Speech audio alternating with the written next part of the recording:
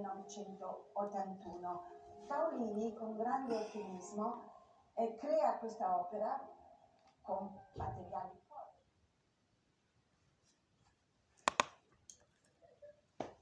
Salut, j'espère que tu vas bien. En fait, j'ai une autre histoire aujourd'hui. J'ai une autre histoire à partager avec toi. C'est l'histoire de Aimé et Bernadette.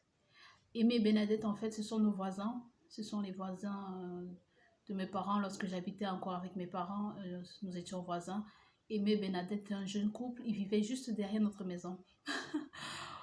Aimé, en fait, c'était un jeune monsieur qui travaillait dans une bananeraie. Il travaillait dans une bananeraie et Bernadette, son épouse, était une jeune élève qui était en classe de première. Elle était mariée. Ils étaient ensemble, ils vivaient ensemble. Mais seulement, ils étaient tous deux frivoles.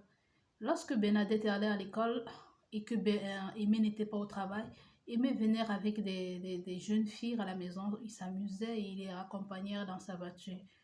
Et lorsque Aimé aussi allait au travail, Bernadette venait à la maison avec son camarade de classe. Il y avait toujours un monsieur, un jeune camarade de classe avec qui elle venait tout le temps là. Elle avait coutume de nous dire au quartier que c'était son ami qui lui aidait à faire les mathématiques. À notre grande surprise, un jour, ce soi-disant ami qui lui aide à faire les mathématiques et physique-chimie, Monsieur Aimé est arrivé à la maison, il a trouvé Bernadette dans la chambre avec ce mathématicien, son camarade de classe en fait. Ils étaient tous deux nus dans la chambre, en train de s'amouracher. Le jeune garçon a sauté par la fenêtre, il a fui, à moitié nu. Et Aimé, lui, il est resté par derrière, il a commencé à donner les coups de poing à sa femme.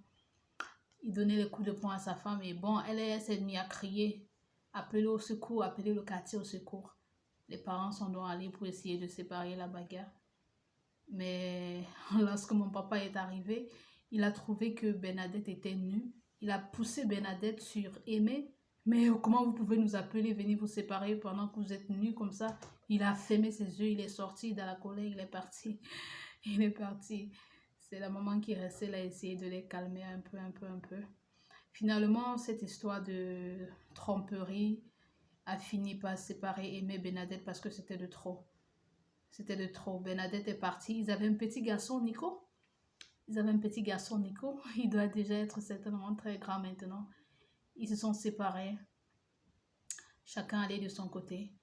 Bernadette est allée ailleurs. Aimé aussi de son côté. Et puis bon, ils ont même quitté le quartier en fait.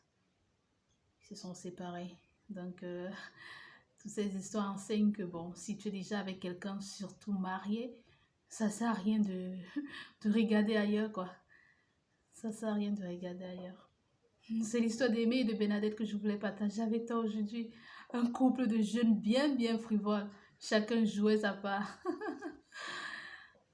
J'espère que j'aurai une autre histoire pour toi demain. Prends soin de toi. Ciao.